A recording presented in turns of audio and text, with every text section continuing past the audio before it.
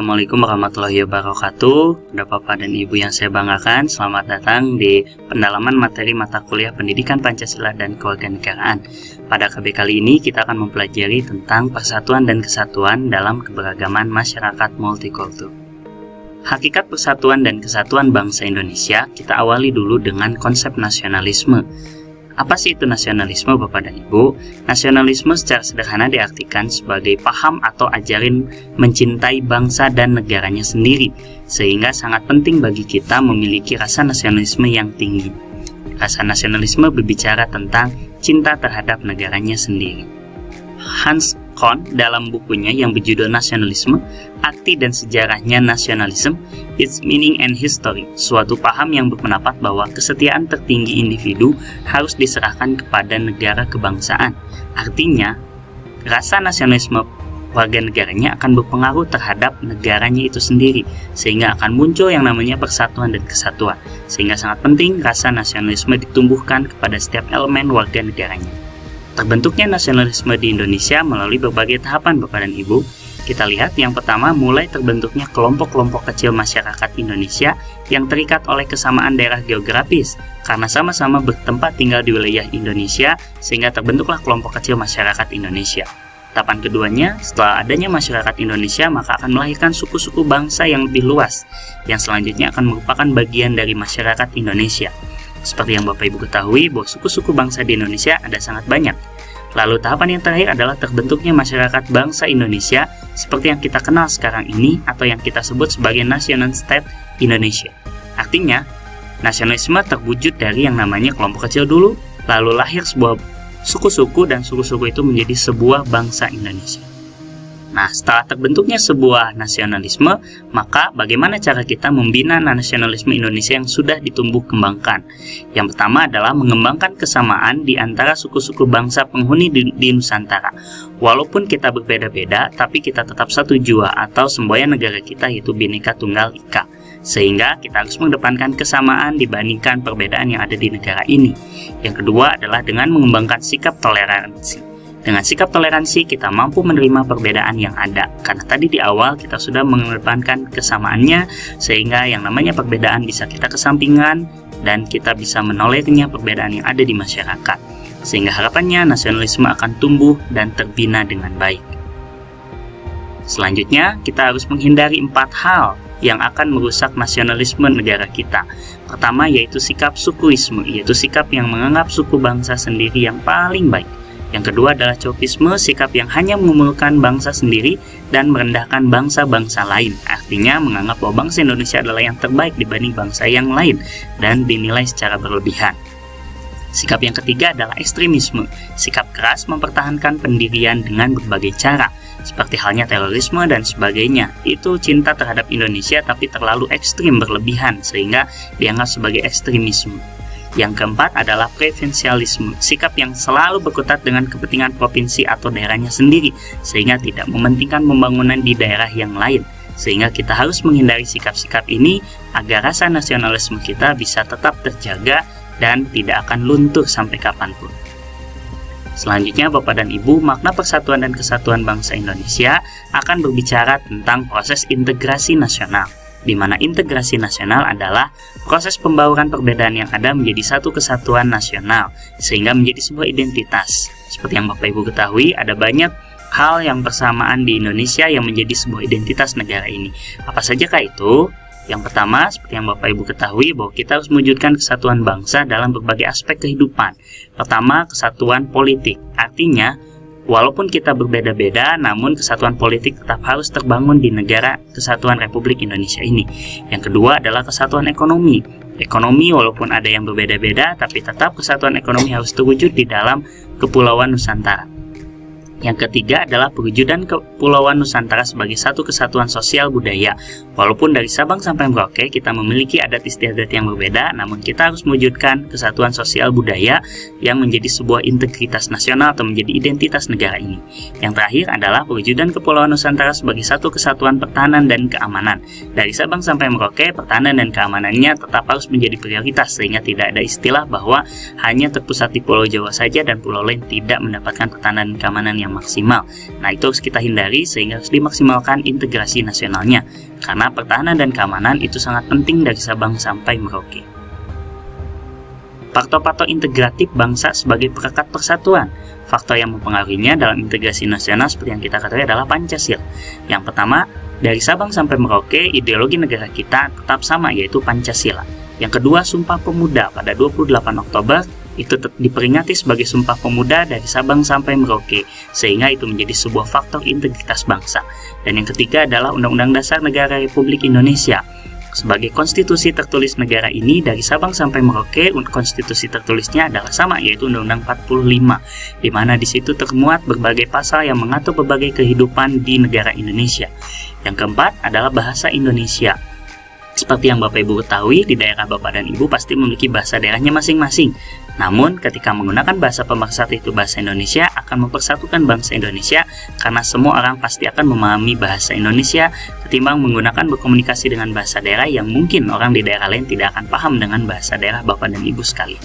Yang kelima adalah sang saka merah putih. Bendera merah putih kita sebagai simbol negara ini adalah merah putih, sehingga dari Sabang sampai Merauke, bendera yang dikibarkan adalah bendera merah putih.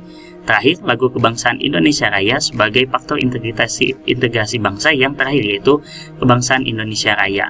Setiap upacara kita pasti selalu mengumandangkan lagu ini, karena dari Sabang sampai Merauke juga sama. Walaupun kita memiliki berbagai perbedaan, namun aspek mulai dari Pancasila, Sumpah Pemuda, Undang-Undang 45, bahasa Indonesia, sang saka merah putih, dan lagu kebangsaan Indonesia Raya, semua ini sama dari Sabang sampai Merauke.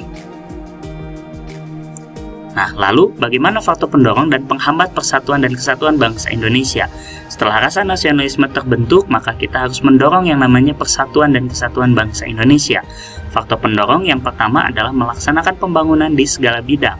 Menjadi kewajiban pemerintah adalah membangun di semua aspek bidang kehidupan masyarakat Indonesia, sehingga bidangnya bisa maju dari berbagai semua bidang dan unggul dibandingkan dengan negara lain.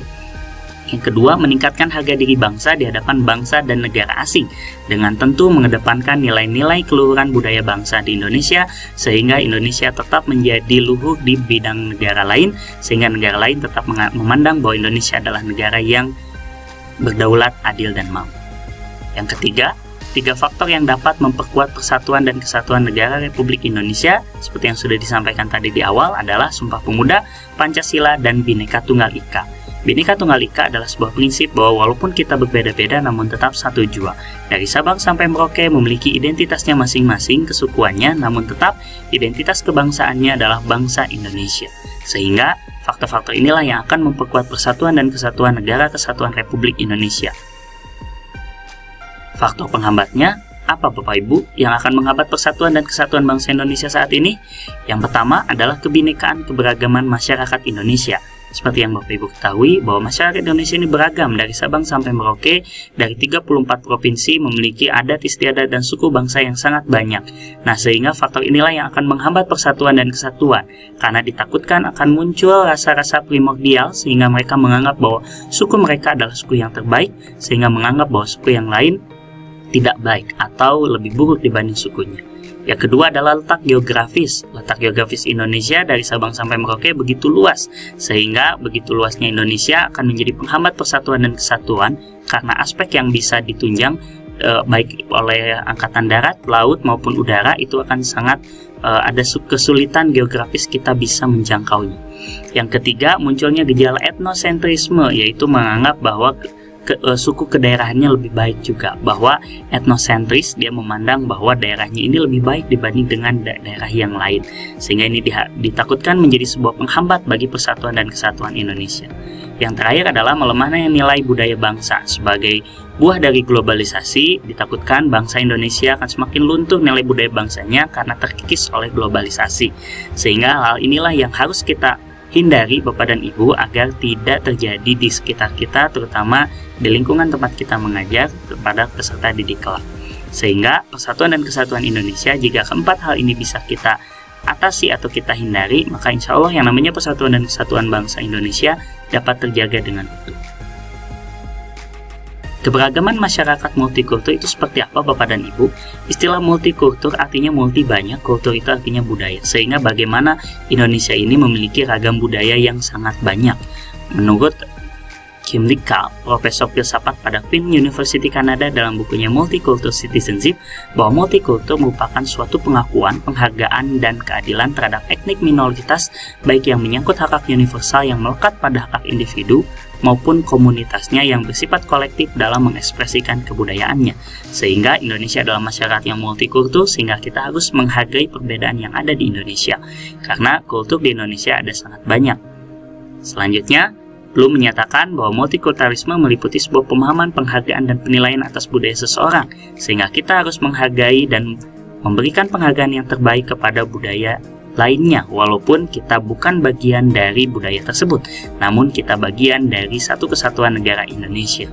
Elemen-elemen multikultur menurut Bloom meliputi: 1. Menegaskan identitas kultur seseorang, serta mempelajari nilai warisan budayanya. Yang kedua, menghormati dan berkeinginan untuk memahami belajar tentang etnik. Artinya, setelah tahu identitasnya, maka harus dipelajari oleh para penerusnya, agar tidak punah. Yang ketiga, menilai dan merasa senang dengan perbedaan kebudayaan itu sendiri.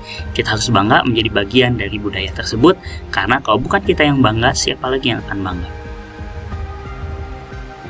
Baik Bapak dan Ibu, keberagaman masyarakat Indonesia seperti yang Bapak Ibu ketahui dari Sabang sampai Merauke akan sangat banyak dipengaruhi oleh keadaan geografis, pengaruh budaya asing, penerimaan masyarakat terhadap perubahan, perbedaan kondisi alam, dan keadaan transformasi dan komunikasi, sehingga satu daerah dengan daerah yang lain pasti memiliki kultur yang berbeda, dan itulah yang harus kita hargai dalam mewujudkan sebuah persatuan dan kesatuan. Wujud keberagaman masyarakat di Indonesia bisa Bapak Ibu temukan melalui keberagaman suku bangsa, keberagaman agama. Di Indonesia tidak hanya satu agama, melainkan banyak agama, keberagaman ras, serta keberagaman golongan.